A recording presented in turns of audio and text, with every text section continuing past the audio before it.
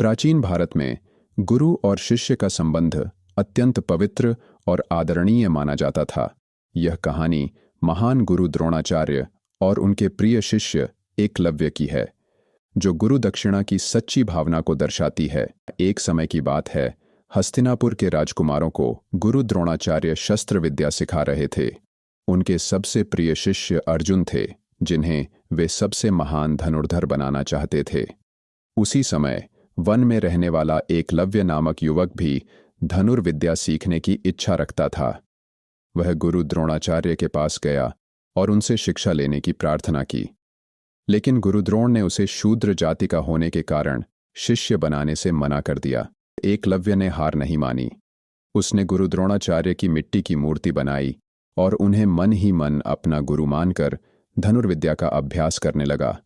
वर्षों की कठिन साधना के बाद वह महान धनुर्धर बन गया।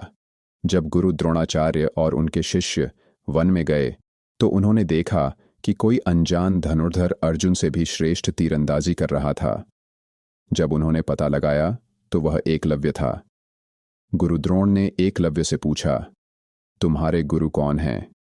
एकलव्य ने उत्तर दिया, आप ही मेरे गुरु हैं, गुरुदेव, और अपनी मिट्टी की मूर्ति की ओर इशारा किया।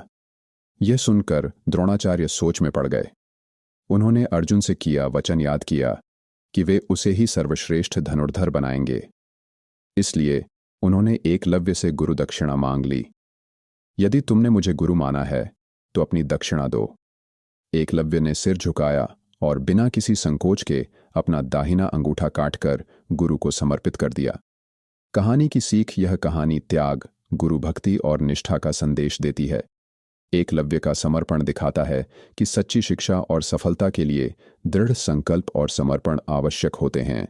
साथ ही यह भी याद दिलाती है कि समाज की मान्यताओं और संकीर्ण सोच को बदलने की आवश्यकता है, ताकि हर किसी को अपने हुनर को निखारने का समान अवसर मिले।